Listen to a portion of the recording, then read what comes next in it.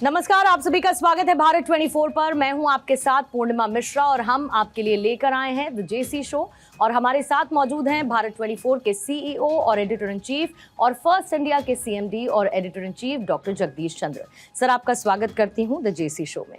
प्रधानमंत्री नरेंद्र मोदी की 3 देशों की यात्राएं सिर्फ एक प्रोटोकॉल नहीं बल्कि एक पॉलिटिकल मैसेजिंग है। जहां प्रधानमंत्री सबसे पहले पहुंचे जॉर्डन, फिर इथियोपिया और फिर उसके बाद ओमान। ये कहीं ना कहीं तीनों ही देशों के रिश्तों के साथ होते मजबूत प्रगति की दिशा को तय करती हैं। भारत का हर एक टेबल पर स्टेक दिखाती हैं। दिल, दोस्ती, डील, डिप्लोमेसी और डेवलपमेंट, और उस डेवलपमेंट से इंपैक्ट कैसे भारत की ग्लोबल पोजिशनिंग को मजबूत करता है, ये साफ तौर पर नजर आता है। कुल मिलाकर अगर कहा जाए तो बदलते वर्ल्ड ऑर्डर के बीच में भारत की ये एक पॉलिटिकल प्रैक्टिकल प्रेजेंटेशन के तौर पर देखने को मिलता है। और प्रधानमंत्री नरेंद्र मोदी की इन तीनों देशों की यात्राओं को करेंगे डीकोड द जेसी शो में। पहले सवाल के साथ करती हूं शुरुआत सर। आज हमने जेसी शो की हेडलाइन रखी है नमो कूटनीति का स्वर्ण युग। आखिर इसके मायने क्या है? सचमुच भारत का जो नरेंद्र मोदी युग है, देश की कूटनीति का स्वर्णिम काल है, गोल्डन पीरियड है। Narendra Modi has redefined Indian foreign policy according to the requirements of the country।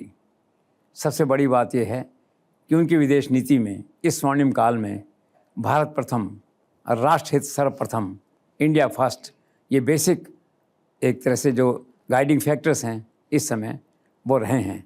दूसरा महत्वपूर्ण बिंदु ये है कि नरेंद्र मोदी की विदेश नीति में प्रेशर या दबाव का कोई स्थान नहीं है।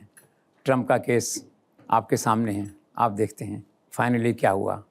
भारत किसी के सामने झुकेगा नहीं, किसी के आगे रुकेगा नहीं, और भारत जो है अपने कन्विक्शन, अपने कॉन्फिडेंस और अपनी जो स्ट्रेटजिक ऑटोनॉमी है उसके साथ फैसले करेगा।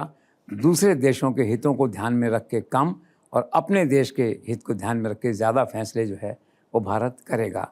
इसके साथ ही आज नरेंद्र मोदी एक ग्लोबल लीडर बन चुके हैं, डिप्लोमेसी का एक हिस्सा। आप देखिए 29 राष्ट्र जो है उनका सम्मान कर रहे हैं। सारे संसार में नरेंद्र मोदी की धूम है, क्रेज़ उनसे मिलने का लोगों में।